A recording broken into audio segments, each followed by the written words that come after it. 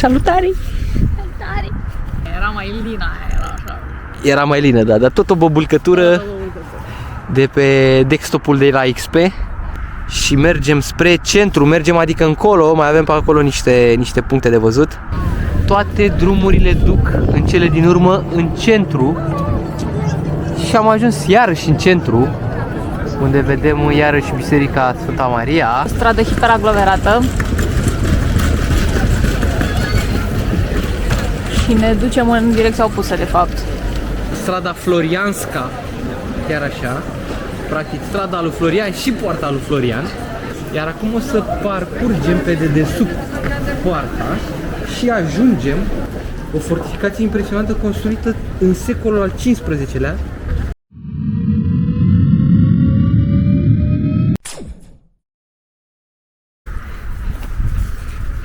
Salutare! Salutare! A coborât balonul. A coborât balonul? Și acum pare că urcă iar. Urcă iar balonul. Mereu în mișcare balonul. Uite și de aici acest viu care mi-amintește de desktopul de imaginea de la Windows XP cu bubulcătura de pământ. Bine, e contrejur. Da, în fine, era mai lină, era așa. Era mai lină, da, dar tot o bubulcătură de pe desktopul de la XP. Ia uite, pac frumos. Din păcate soarele bate din spate, nu știu dacă e o imagine prea bună, dar rămânem cu aceste imagini, cu această filmare, cu această panoramă superbă. Și mergem spre centru, adică încolo, mai avem pe acolo niște puncte de văzut. 16 metri această colină. Nu ți-a fost frică, nu? Nu. Deși ai rău de înălțime, nu ți-a fost frică. Hai să mergem. Da. Chiar în inima cartierului Kazimierz este și biserica Corpus Christi, pe care am filmat-o și în prima seară și nu știam exact ce e cu ea. Este una dintre cele mai impresionante biserici gotice din Cracovia, fondată în 1340 de regele Casimir al III-lea cel Mare. Biserica îmbină stilul gotic cu elemente baroce, oferind o atmosferă solemnă și impunătoare. Înăuntru, să vedem dacă putem să găsim, este de remarcat altarul baroc spectaculos, unul dintre cele mai mari din Cracovia, orga magnifică folosită în concerte de muzică sacră și amvonul sculptat și freștele detaliate, care reflectă bogăția artistică a bisericii. De asemenea, aici mai regăsim și mormântul Sfântului Stanislau Kazimierski, un preot venerat în Polonia. Foarte bine conservată această biserică medievală. O să vedem dacă într-adevăr are și o acustică excelentă, să vedem dacă putem intra. Dar cred că intrarea e undeva în față. Hai să ne apropiem.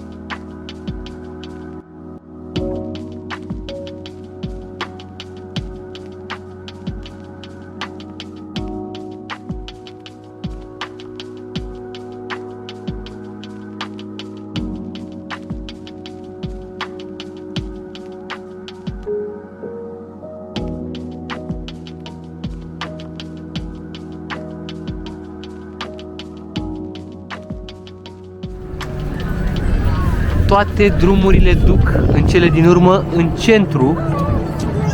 Și am ajuns iarăși în centru, unde vedem iarăși Biserica Sfânta Maria, frontonul impunător. Și terminăm cu rotocolul. Uite aici căluții care așteaptă să meargă în plimbare cu turiștii. Mergem încolo să mai vedem niște obiecte, niște obiective, niște Dar în orice caz e plăcut, e foarte plin azi duminică, e plin de turiști. Piața centrală e extra, arhiplină. Și miroase și a bălegar de la căluții ăștia. N-am mai simțit de mult miros de bălegar în oraș. Doar în orașele astea cu iz medieval mai ai trăsuri cu căluți. Uite, ai filmat pe dalmațieni ăștia doi? Nu știu. Doi dalmațieni. Doi dalmațieni, uite, uite. Iubiții nu vor să fie acolo.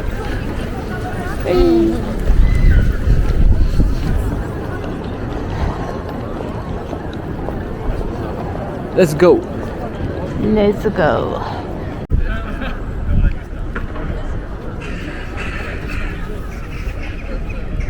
Ne aflăm iarăși într-o piață superbă, aproape de centru. Aici avem și Palatul Artelor Frumoase. Chiar acum filmează Oana, o clădire emblematică construită între 1890-1895, un exemplu de arhitectură neorenascentistă, care găzduiește aici și sunt găzduite diverse expoziții de artă și evenimente culturale. E superbă această piațetă.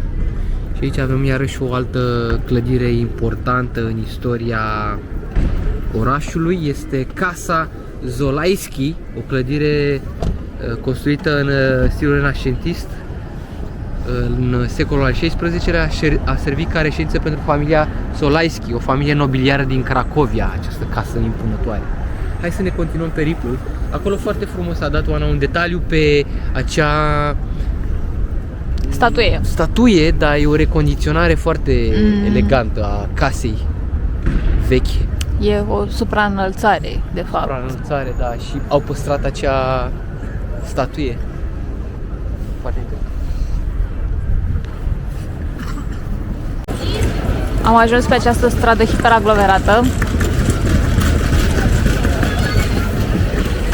și ne ducem în direcția opusă, de fapt. Mergem spre zona, hai să mergem un pic mai pe partea asta, spre zona de nord, care este zona unde încă există fortificații, pentru că la sudul centrului vechi, practic la sudul cetății vechi, e râul Vistula, care deja proteja. Probabil nu erau atât de impunătoare zidurile, fortificațiile. În schimb, în zona de nord, spre care ne îndreptăm chiar acum, pe străduța asta, că e o străduță principală, am văzut că pleacă din centru, din piața centrală, unde e și primăria și toate elementele relevante. Aici, spre nord, uite, avem în față Florian Gate, poarta lui Florian, care este un important reper din punct de vedere al fortificațiilor. Și mai în față avem și o altă structură, Barbican se cheamă. O să o vedem după ce traversăm poarta lui Florian.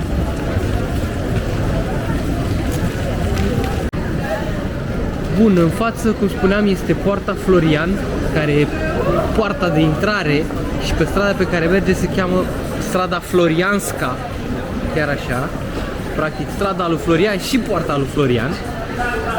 O poartă medievală construită în secolul al XIV-lea, făcea parte din sistemul de apărare al orașului, servea ca un punct de acces important pentru comercianți și vizitatori. Realizat în stil gotic, cu un aspect impunător, având ziduri de cărămidă și o înălțime de aproximativ 34 de metri. Este decorată cu diverse sculpturi și reliefuri, inclusiv un blazon al orașului Cracovia, cred că e ăla de acolo. Nu? De pe Probabil. Hai să vedem un pic și mai de aproape zidurile astea, căci se continuă și spre stânga și spre dreapta. Mi-amintește de fortificațiile pe care le vedeam și prin Sighișoara, uite și aici în stânga, sau chiar în Sibiu, și se duce și în dreapta, ia uite fortificația asta. Iar acum o să parcurgem pe dedesubt poarta și ajungem la un alt punct, vă spuneam de Barbicanul, Barbacan. din Cracovia, o fortificație impresionantă construită în secolul al XV-lea, ce servea ca apărare în afara zidului. Barbicanul, o structură circulară.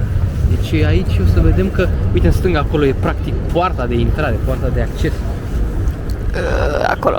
Ziduri foarte groase de cărămidă și turnuri. Se remarcă arhitectura gotică, ai grijă. Are 7 turnuri și un drum de acces acoperit care oferea un avantaj strategic în apărarea orașului împotriva atacurilor. Astăzi, Barbicanul este un punct de atracție turistică popular și găzduiește adesea evenimente culturale și expoziții. Este înconjurat de un parc oferind un loc plăcut pentru plimbări și relaxare, iar vizitarea sa oferă o oportunitate excelentă de a explora istoria medievală a Cracoviei. Filmăm și sculptura asta foarte drăguță. Statuia, da, care reprezintă aici, ăsta este un mare pictor, un mare artist al lor, practic captivat într-o ramă a unui tablou. Iar în față se continuă zona asta cu o altă piațetă superbă, acolo iar cu o biserică. Și aici, uite, intrarea în Barbican. Foarte interesant că la stânga și la dreapta Barbicanului noi ne-am gândit că, băi, ăsta ar fi fost accesul, poarta de acces în spatele fortificației, și zona asta care acum e un parc. Deci practic cetatea, zidul vechi, ce îl filmează Oana chiar acum, zidul ăsta vechi, e la exterior, uite, înconjurat de parc. Ăsta e un parc. Și tot centrul vechi e înconjurat de un parc liniar, mă rog, circular, în jurul centrului vechi, care poartă chiar numele de Parcul Plantii, dacă nu mă înșel,